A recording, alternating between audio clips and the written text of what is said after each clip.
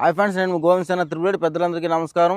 బ్రహ్మశ్రీ చాగంటి కోటేశ్వరరావు గారి యొక్క కాలి చెప్పుని నేను రాముడు యుద్ధం చేస్తే ఆయన భుజాలు స్థాండం చేస్తాయట. బండన భీముడు అర్థజన బాంధుడు ఉజ్వల బాణ తోన కోదండ కళ ప్రచండ భుజతాండవ కీర్తికి రామమూర్తికి రెండవ సాటి దైవమిక లేడనుచున్ గడగట్టి భేరిక డండ డాండ డాండ నినదంబుల జాండము నిండమర్త భేదాండమును ఎక్కువ సాటిను దాసరది కరుణాపయోనిధి అంటారు రామదాసు గారు.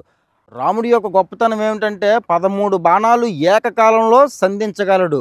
13 బాణాలు ఏకకాలంలో సంధించగల మహావీరుడు శ్రీరామచంద్రమూర్తి. 13 బాణాలలో 4 బాణాలు 4 గుర్రాలకు తగులుతాయి, ఒక బాణం ధ్వజానికి తగులుతాయి, ఒక బాణం సారథికి తగులుతుంది, 2 బాణాలు కమ్మికి తగులుతుంది, మిగతా బాణాలు రథసారథికి గుచ్చుకుంటాయి. అంత గొప్ప యుద్ధం చేస్తాడు.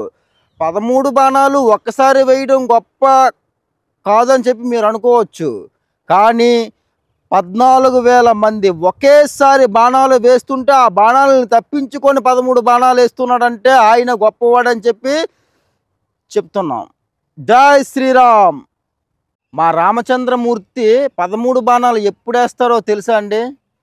14,000 మంది రాక్షసులు ఒకేసారిగా బాణం పరంపర కురిపిస్తే ఆ బాణాలన్నీ అడ్డుకొని తప్పించుకొని 13 బాణాలు వేస్తారంటే, గురి తప్పకుండా వేస్తారంటే మా దేవుడు గొప్పోడు. జై శ్రీరామ్.